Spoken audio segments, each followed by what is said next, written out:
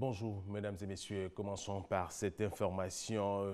20 personnes, dont 10 détenus et 10 déférés, se sont évadés hier mardi du palais de justice d'Abidjan au Plateau après avoir agressé des policiers. Ces évadés sont activement recherchés. Une enquête est également en cours pour situer les responsabilités.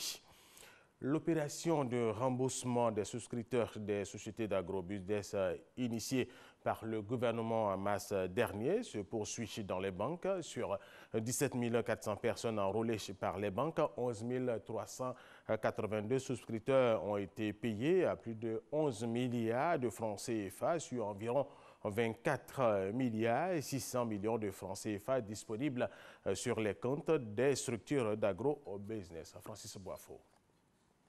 1,150 milliard de francs CFA découverts par la police économique au titre des ressources additionnelles pour le remboursement des souscripteurs des sociétés d'agro-business. Ce qui amène l'administrateur séquestre à lancer cet appel à l'attention des souscripteurs.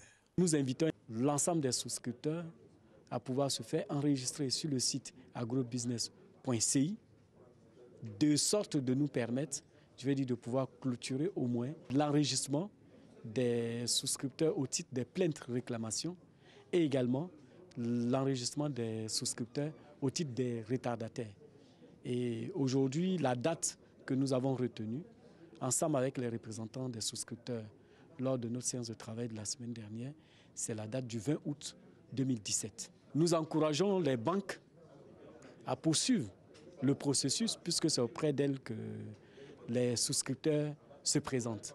L'opération de remboursement des souscripteurs au prorata des sommes disponibles sur les comptes des sociétés d'agrobusiness se poursuit dans 16 banques.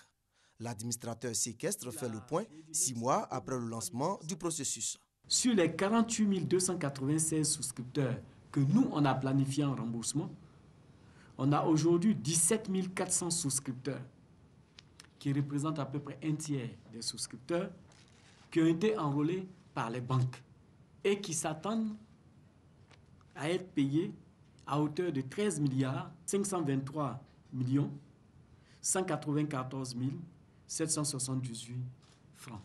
Donc sur les 17 400, il y a 11 382 souscripteurs qui ont effectivement été payés.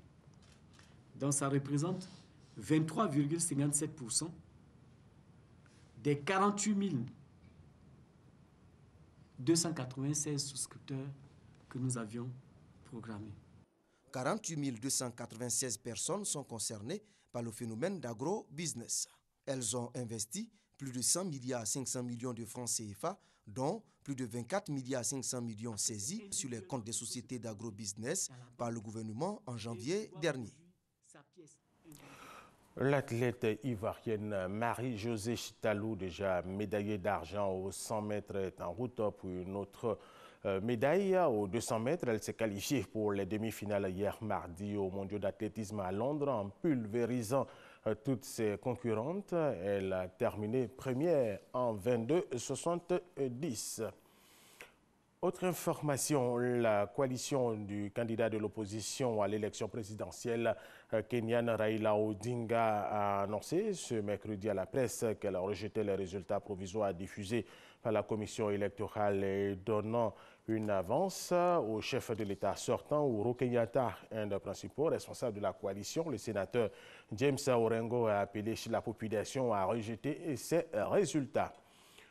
Ce matin en France, un conducteur a foncé sur des militaires à Levallois-Perret. 6 militaires ont été blessés, dont 4 grièvement selon la police. Le conducteur est en fuite, il est recherché par la police française. Les circonstances de cet incident restent à éclaircir.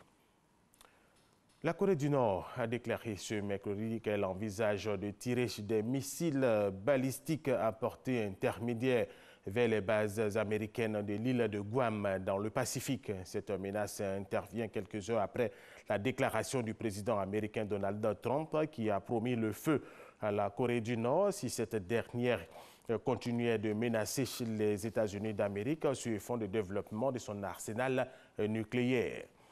Et nous allons terminer avec cette information. Un séisme de magnitude 6,5 survenu hier mardi soir dans le sud-ouest de la Chine a fait 13 morts et 175 blessés. Le bilan pourrait s'alourdir. Environ 130 000 maisons ont été endommagées.